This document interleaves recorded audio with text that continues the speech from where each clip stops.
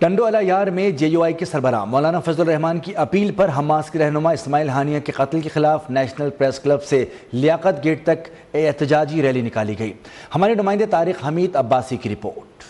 جمعیت علماء اسلام فے کے سربراہ مولانا فضل الرحمان کی کال پر ٹنڈولیار میں بھی حماس کے سربراہ اسماعیل ہانیہ کے ایران میں قتل کے خلاف احتجاجی ریلی نکالی گئی، جس میں بڑی تعداد میں کارکنان نے شرکت کی اور اسرائیل مرد آباد کے نعرے فضا میں بلند تھے۔ احتجاجی ریلی سے مرکزی رہنما مولانا غلام محمد سمرو، دوست محمد فاروقی، قاری راشد حبوب، مولانا عبدالشکور تیبو، علامہ افتخار نظامانی، مولانا عتیق الرحمان بروئی، قاری صفی اللہ خارانی نے نیوز ون سے بات چیت کرتے ہوئے کہا کہ اسماعیل ہانیہ کی شہادت عالم اسلام کے لیے جذبہ ایمانی اور جذبہ جہاد کی مفرط ترجمانی کرتی ہے کہ ایران کی سرزمین پر اسماعیل ہانیہ پر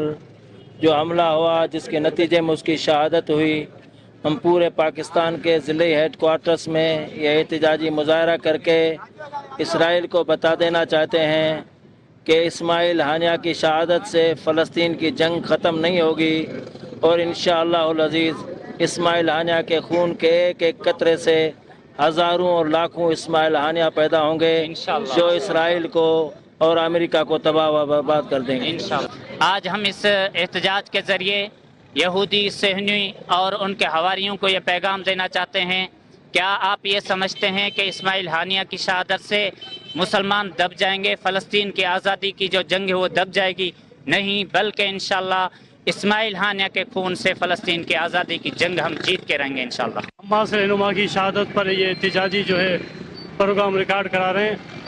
ہم فلسطینیوں کو بتانا چاہتے ہیں کہ پاکستانی قوم آپ کے ساتھ کھڑی ہے، اگرچہ ہمارے مسلم حکمران جو ہے